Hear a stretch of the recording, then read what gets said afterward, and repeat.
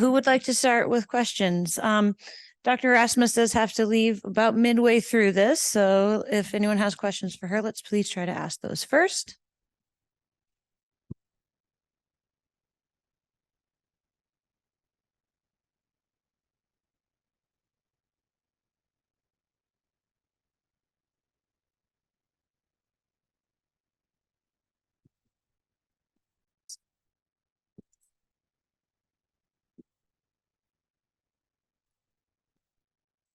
Hello, you can hear me?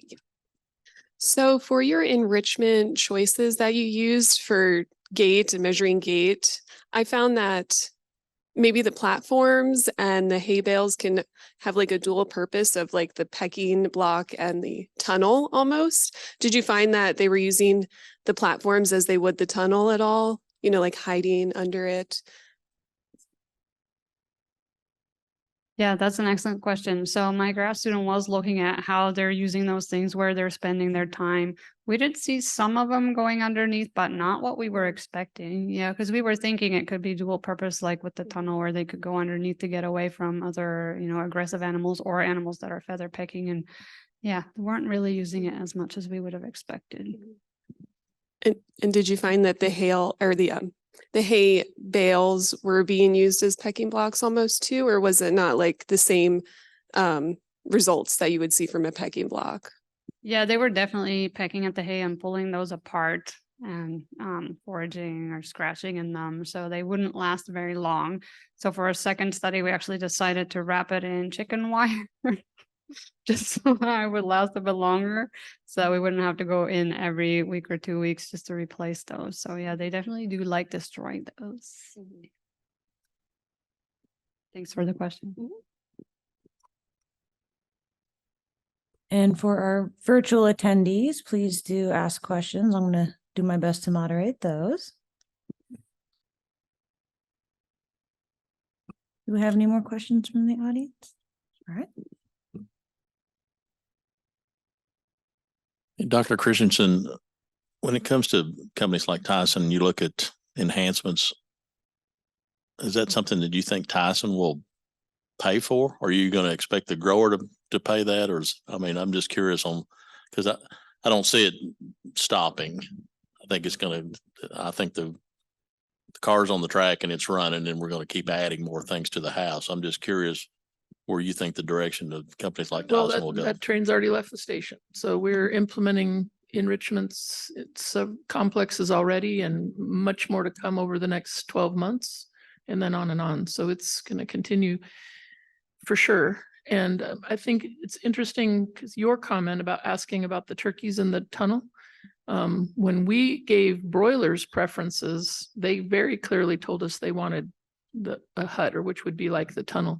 So I think that brings home the point that when we all were working on these different enrichments, that the species and the age of the birds are going to really have a big factor in what they're going to find important. And for turkeys, it might change. So you may have kid toys and teenage toys or something. So I'm lucky. I'm just working in first grade, so we're in good shape there. But yeah, it's going to continue, and I think that there's we're starting to be able to tease out an economic value of the enrichments on some things. So I think it really provides us an opportunity, if we do it right, not just check a box, but really spend some time figuring out what's works for the animal, what's meaningful for the animal, and what may manifest itself in some positive results. So Thank you. I'm going to hop in on that. And since we're on the enrichment topic here, Karen, correct me if I'm wrong, but it sounds like sort of your perspective or approach, Tyson's approach to environmental enrichments is letting the bird choose what they want. Yep, and it's exactly right. So most everything we do there, where we can, we do engage with them. So we gave them a whole series of different enrichments that we felt like would serve a purpose for them potentially, but also is economically viable. One, it's also grower friendly, because things that are cumbersome, heavy, expensive, or whatever are going to end up, we all know, behind the chicken house for one and done. So once we kind of got to that point, we gave them number of choices, and overwhelmingly they selected that hut that allows them some safety or hiding or whatever they're using it for.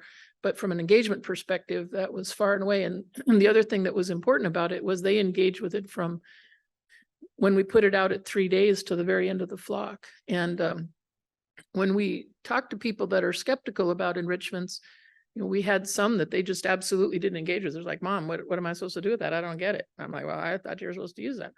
But we can pick up a hut and get a big zone of, clear away all the birds and put the hut back and use the time to return to the hut as a measure of motivation. If you want to see a broiler run, you just give them their hut back. So there's a pretty strong affinity to that particular enrichment, at least in our setting. Yeah, we saw that yesterday. So thank you. And then for Marissa, sort of the same question, although you've worked with turkeys, laying hens, ducks, and broilers. I don't know if you've worked in enrichments in all those ways, but you certainly observed them in your projects. And I like your comment, Karen, about you're just at first grade, whereas the other species can tend to go past that. I don't know all the way through high school or college, but at least some of them. I don't know how exactly to ask the question, but broadly, how do you think that there's an enrichment that you could implement across all species that would be beneficial, or is each species or type of poultry that we raise for ag purposes so different that there's no one blanket type of enrichment within the definition of your scientific approach? Yeah, that's a really good question, Shauna. So we know, like for turkeys, ducks, and layers, they do develop injurious pecking behavior. So feather pecking, cannibalism, those things are issues for those species. So that's where if you can have something that they can peck at, maybe stimulate foraging behavior, that might be helpful. Layers, if you're cage free, then there's already some other enrichment, some litter and stuff in there compared to a caged environment. And so we know feather pecking in particular can be a learned. Whoops. Sorry, I joke. I had it on. So birds can learn those things from other birds. So if you can have enrichment in there to kind of try and redirect their behavior towards something else, that's helpful. Broilers are completely different. So you see feather pecking maybe developing in the breeder birds, but not the ones that you're raising for meat production. So there may not be a one size fits all. And I like Dr. Christensen's point about the ages, right? Trying to apply an enrichment that fits that bird at its stage of development. So that's again something else where there's not a whole lot of research, because typically people put something in there and they just want to see it last for the entire flock cycle. So it's doing its job, but that's not necessarily the best approach. So yeah, I don't know that there's any one thing that's going to be beneficial. They lose interest in things over time, usually. So yeah, I don't know. We'll have to see if there's a way to design some kind of multifunctional enrichment that can serve different purposes that might be useful that way, but then you're getting into more costs of production and things like that. So yeah, good question. Thank you. Yeah, with broilers, there's not as much of since they're so young, that those aggression issues I assume are related to hormones and development. And then last but not least, Beth, sort of a similar question, but do you think that in your crystal ball, there will ever be, you focused a lot on the definition of welfare in context of the different legal structures. Do you think that, so the law protects animals, do you think that there will ever be legislature that's pushing forward for enrichments or things that are necessary to improve the welfare of animals, ag animals?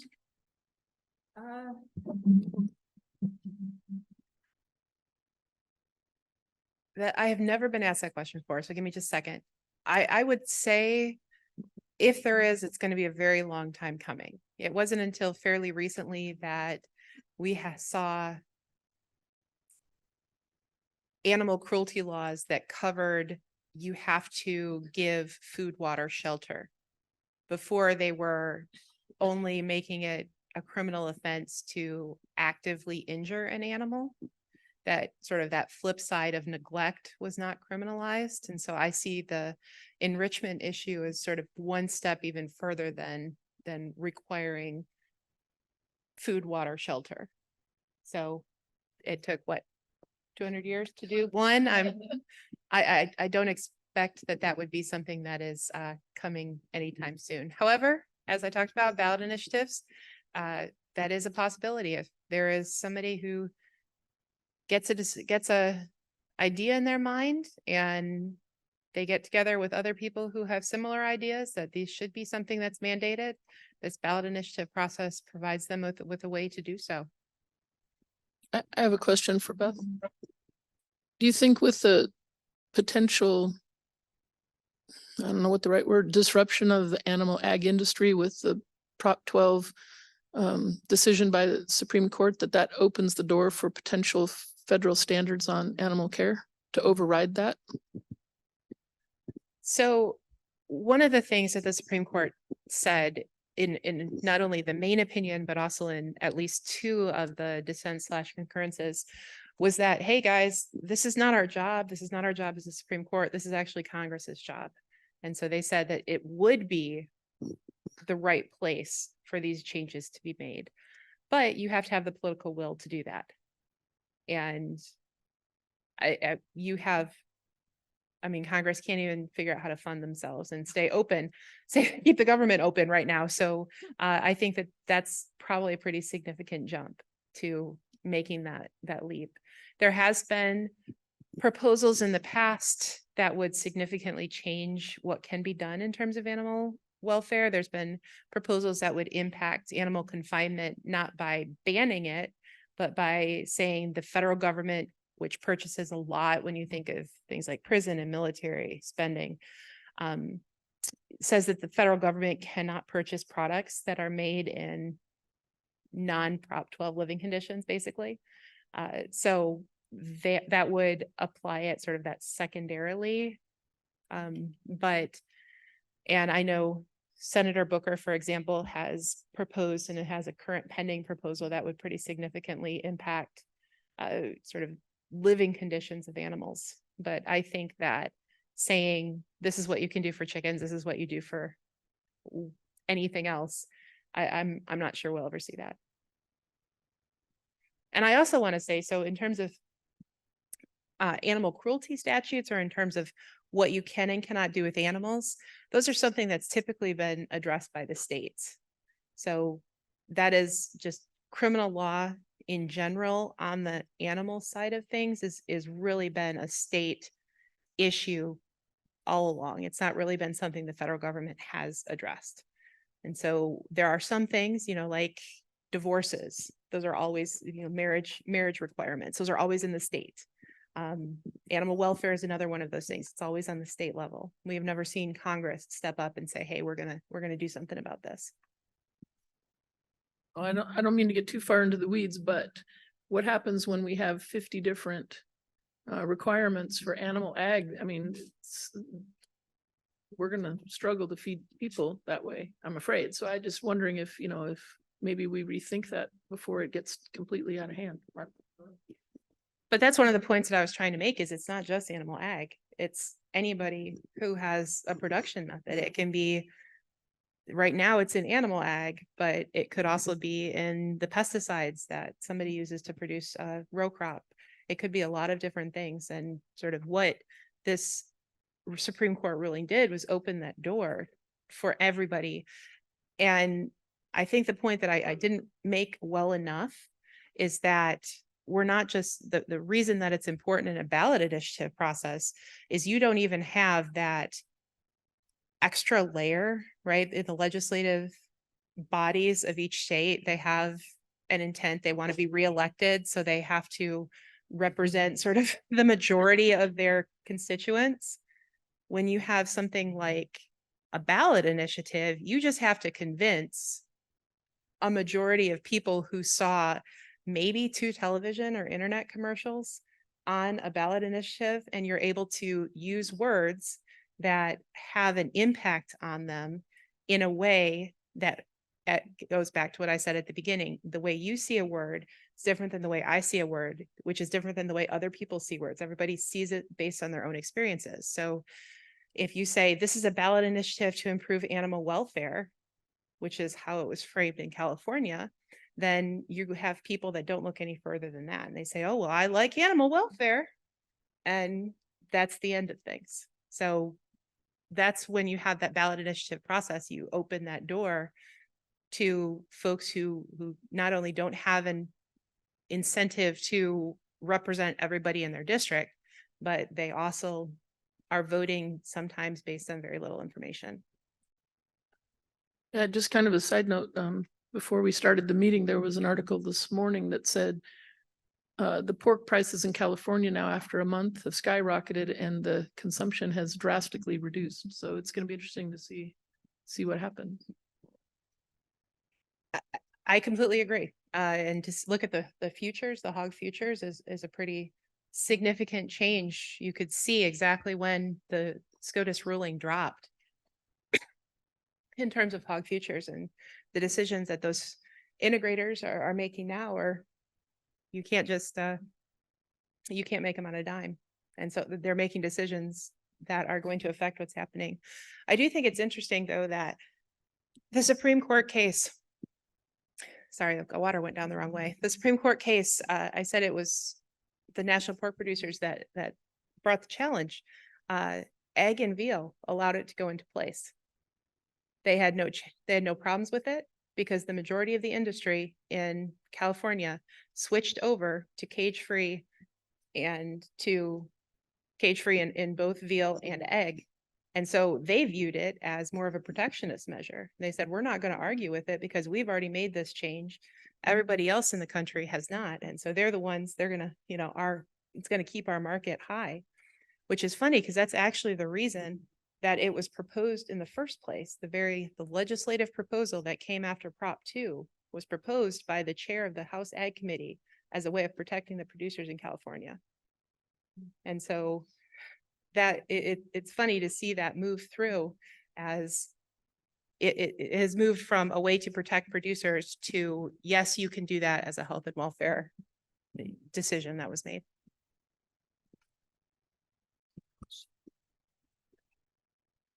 I have a question for Dr. Roomley. Can't see you, but I know you're there. So are you familiar with any of the EU legislations and regulations? And if so, how do they compare to here in America in the US? I not enough to speak about them. Sort of generally speaking, there are more animal welfare requirements in Europe than there are here. I can't really speak to sort of what level of protection there is, but honestly, I think there's probably other people in this room that could speak to them more than I could. Good question. Yeah, I was actually going to kind of mention that the legislation, probably at every level, but definitely federally, it's much different in the European Union than the US. The government in Europe has this group called EFSA, where they bring in a bunch of scientists and they write up scientific opinion papers, and then the government uses that for their legislature. It's very interesting talking to European colleagues who are or aren't on that committee, because it gets political pretty quickly. So something sort of with Beth and Marissa, I know that both of you to some extent are in the food label world. Either of you care to comment on, related to Europe? I know that in some countries there's a food label, there's a QR code or a scan code that you can scan on an animal product and find out animal welfare specific information. The people in some countries want that information. Do you think that will ever happen here, either from a legal or ethical consumer research experience standpoint?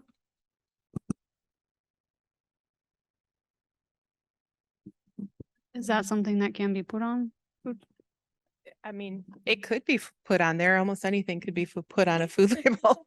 I think the question is more, is it going to be mandated or would it be likely to be mandated? And there was a really big push for to label products that are here as a result of biotechnology. And I mean, decades worth of folks that were very up in arms about it. And it took, yes. So it took a very long time, but that is something that USDA now requires, is that you have to have a label.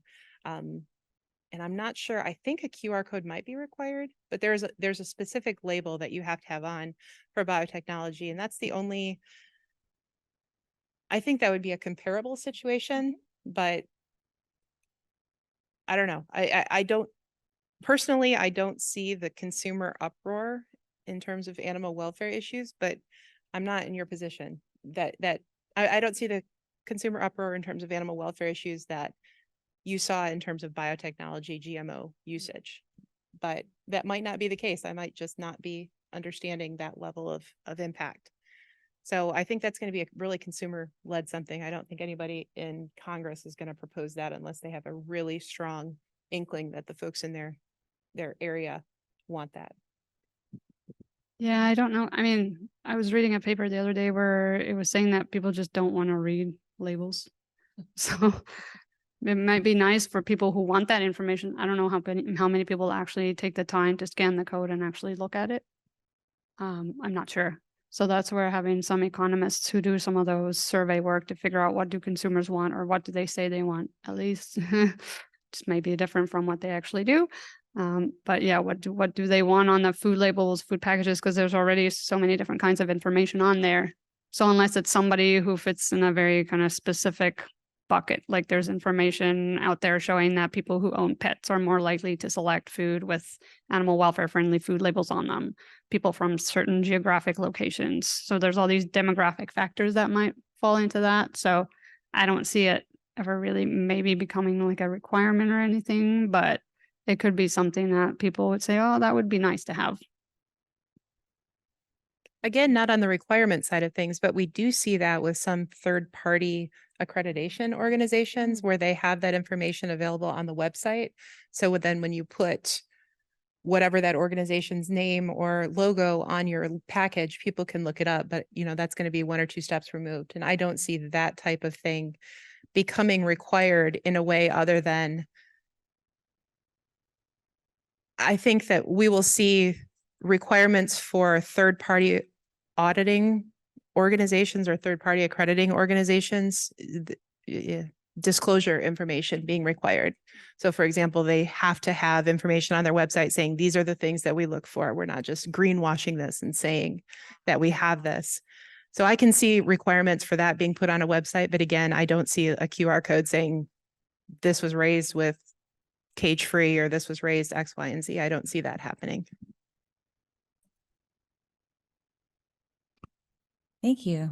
And just a brief comment on the earlier conversation, the trickle down effect of Prop 12 and the different state legislatures. A point someone brought up to me a while ago was the school lunch program. It affects them to some degree too, because that's all sorts of distributions and, it pulls your heartstrings a little more when kids can't be fed. So trickle down effect. Okay. I know we have some online questions, but does anyone else here in person have a question? I have a question for Karen. Back to the Lux Clux thing, which I love. Sorry. So you said that there, again, not a scientist. I apologize for that. You said that your testing was done with a 5 lux. That's where they like to be. But a previous slide, you had said that lux and clux are not like a 1-to-1 comparison. So how do it's 5 lux, but do you make sure that it's the same color? So that it would be more of a 1-to-1 comparison as it's moving on? Does that question make any sense? Mhm. No, it's actually a great question. So when we measure the pattern of the illumination that we're looking for, we have that set up because we know what's working. Okay, so we have that set up in Lux. So for all the human people can work with it.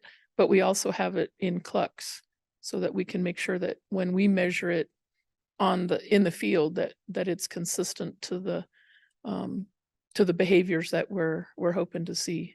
And it appears that the gradient between the bright and the dark has to be right. And if it's not right, and we've seen that in some applications where the distribution wasn't what it is that we've got it defined right now, all those behaviors that we consider to be beneficial completely go away.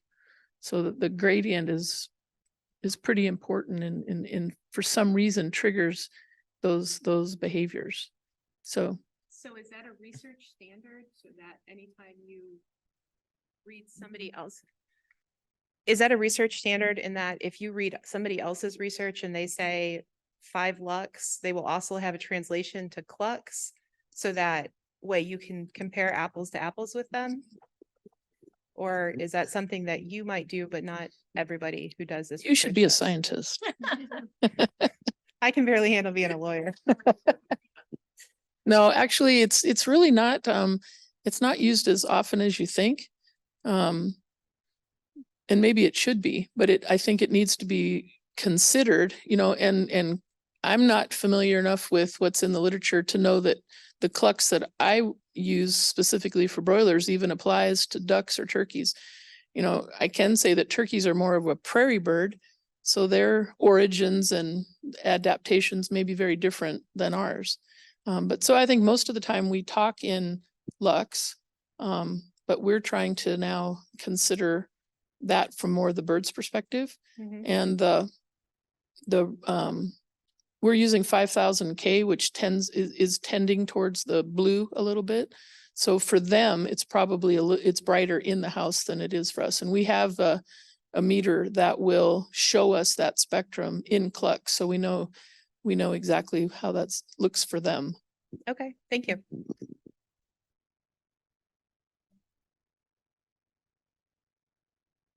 Any more questions from the audience? Okay. Then we'll go to the virtual. I just have a quick question for Dr. Christensen. Are you planning on looking at wavelength, or why you didn't look at wavelength for the lux or the light intensity? Oh. Yeah, so we have, it's like, I wish there was something in this world that was easy, but I haven't found it yet. Or maybe all the easy stuff's been done, but we know that red is going to have more impact on birds either coming into sexual maturity or that are there because of the impact it has on reproductive behaviors and different things like that. There's also in the literature talks about blue-green being beneficial for growing animals. So we've looked at situations like that.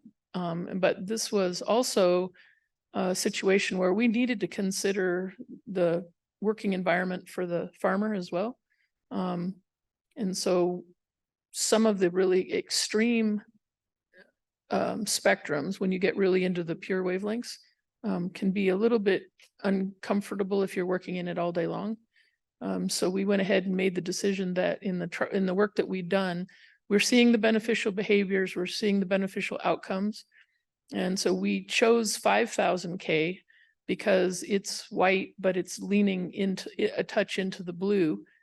It gives us the behaviors and everything that we think that's good, but it's also comfortable for the caretakers to work in. And we definitely want them to be feeling good about working and going in the house and not saying, oh, that's weird in there, I don't like it. Because I think growers, like I don't do anything I don't want to do. None of us do. And so asking growers to do something that's uncomfortable is not a way that we're going to promote welfare right from the get-go. So that's kind of how we got there. I think there's still a lot more we can do. We've got some other ideas on using maybe not quite such extreme differences in wavelength to trigger some other behaviors in the birds. And so I think there's still opportunities that we have a lot to learn about how light impacts not only broilers, but in many cases I don't think we scratched the surface in the other species. And in some ways they're going to be more challenging because of the length of time that they're in the barns, or if we're talking about breeders versus meat broilers and different things. So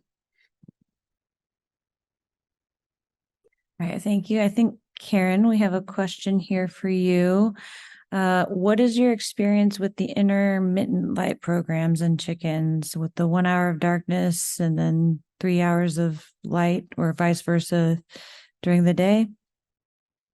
yeah, I think there's quite a bit of literature on intermittent lighting, and I think some of the literature suggests that it can have positive impact on performance and different things. But again, I think back about growers, because growers are, like, I need to go into that house, but I can't because it's dark and I can't work in there and things like that. So I think it's a challenge to it's interesting to look at some of these things, but putting them into effect across a large scale, I think it needs to be considered is how much we can actually do that. And I think for broilers, that's challenging. So we think about, I don't want a grower not to go in the house during that period, but I also don't want them to go in if it's dark and turn the lights on, because then we've disrupted the whole thing. So we're going to focus on ways that we can improve welfare, maximize the good things that we're trying to do, and keep it as simple as we can.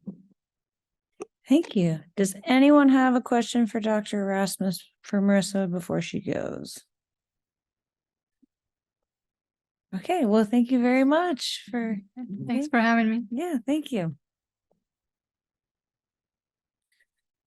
All right, now we're down to 2. Does anyone have any questions here? Don't think we have any more online. You guys were doing an excellent job of asking each other questions. You can keep going with that. Let's see. I don't think there's any more on here. Oh, we've got an anonymous attendee here. It says, in the field with broilers, although they use them, it is hard, almost impossible to see a performance benefit for the producer. How do you get that benefit in trials? I'm not sure what them is. I'm assuming it's enrichments. And maybe the question could be for enrichments, at least in some of the literature with broilers, the engagement or usage is low.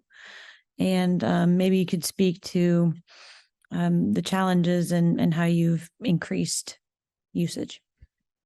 I think those are all good questions. I mean, so the way we think about engagement is we ask the birds. So we think about all the options we could give them, whether it's perching, hiding in raised platforms, try to get some foraging or pecking behaviors. And then we basically let them tell us what they're most interested in. And I think people have been a little bit careless in saying that chickens need to perch. Well, maybe some chickens at some ages and some stages need to perch, but it's also in the literature that young birds like my first graders in the wild wouldn't perch until they're 10 to 12 weeks old. So there's no point in asking them to perform behavior that's not in their repertoire. And we've seen that. So I think it's important that we're trying to be very responsible with resources and only provide those things that are going to be important to the bird. So a lot of people today, we've talked about the 5 domains, and we're definitely firmly engaged in that framework. So it's not just have to have a return, but by their engagement and their behavior, we know that that behavior domain then is feeding into that mental affect, which is important, and that which we're ultimately trying to support, is that really defines their welfare. So if enrichments we see really good engagement and we see the kind of behaviors we're looking for, that's a win. When we're starting now to be able to tease out a little bit of benefit from those enrichments, I think that's a real plus, but not our only goal with enrichments. But I think if you have the right one and the birds are attracted to it, you may have side benefits. Like, we really believe that this voluntary movement, and if I had to walk from here to that table 10 times today and my legs are only this, that's a pretty good hike. And we think that that's where we're seeing some advantage. It may not be the enrichment itself that's providing that benefit, but it's it's the utilization of that, getting to it and back and forth. And if they're taking, and we know all of our information suggests that they are moving more and because they want to. So we've got choice, we're fulfilling that need, and we're getting a little bit of exercise. And I think we can recognize that is going to have some amount of improvement. And at this point, we believe it is measurable. It's not a silver bullet, doesn't solve all the problems, but we get enough to say, hey, I think this is valuable. I definitely think it's many steps forward in a lot of different ways. For the bird, for the companies, for the growers. But from a research standpoint, you're answering a lot of questions at once, right? You know, if you're just looking at light intensity, you give them, you know, you have your little pens and you give them one light intensity and you look at the effects if they're only subjected to that one treatment. And so giving them the options with lighting, variable lighting, as well as different enrichments, it's the complexity and the choice is answering a lot of questions. So I think we're really speeding up in terms of broiler welfare for that. Anyone else? So since I have both of you up here, talking about the difference in Europe, where it seems like scientists are really consulted quite a bit. I don't think they're consulted a ton in terms of looking at regulations and things for animal welfare, specifically in the US. But Karen, do you engage with the government much in terms of when they're looking at, I don't know, not just state legislature, but I don't know, do you interact with the government much? Not at all possible. Okay. But thankfully in this country, everybody has an opportunity to share opinions with the government. And so there are ways that the ag community is absolutely involved in engaging and sharing. But that certainly wouldn't be my role, but the information that I generate and the activities that we're doing, I'm sure are widely known within our group and how that's shared. Cool. Let's see. Beth, any comment on that? No. So our role, as I talked about earlier, is not to try to influence policy. It's just to say this is where things stand. And so we do interact with both state and federal lawmakers, but in that capacity. For example, Harrison Pittman, who's the director of the center, just testified in front of the Senate Ag Committee earlier this week, talking about foreign ownership of ag land and how states are addressing that issue. But it's important to note that we do that only in the context of talking about what is currently in place or what is being proposed, and not suggesting that things be changed or specific laws be created.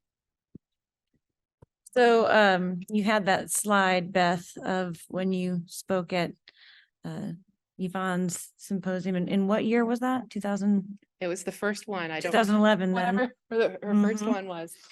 Are you surprised at how much has happened in, what is that, the 12 years? Or would you have ever imagined we'd be where we're at? Or did you see it come in? Absolutely. So the book that I used for property law, property is a full semester at law school as just a foundation class that every first year law school student takes. And the book that I took, that I used, was from the 1970s, and it cited to cases that were back in the 1500s, because with property law, many things that have developed over the centuries haven't changed. And so when this treatment of farm animals in a different way, because animals are property, right? They're viewed as property under the law. Only you can do different things. Some things that you can do to animals are not what you can do to other property. I have a whole section on that I could go on for hours. But anyways, it was amazing to me to see ideas that had been in place since the 15 and 1600s as to what you can do with your property. This is one example of how quickly it changed. And it started in 2002 in Florida with these farm animal confinement laws. And within the next decade, we had 10 states that did it. So it absolutely does not surprise me to see that it has continued since then. It's that stone rolling down the hill of the first change leads to the second, which makes the third easier, which makes you able to point to the fourth and say, hey, it's just a matter of time.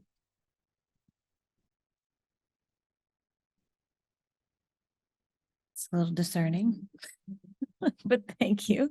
Is there anyone else? I think we're out of questions online. Anyone else? It is a Friday afternoon and a very nice day in September in Arkansas. And the robot's still going.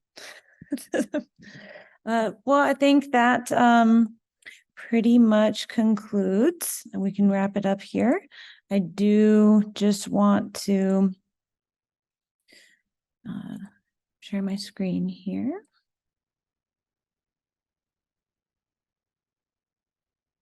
And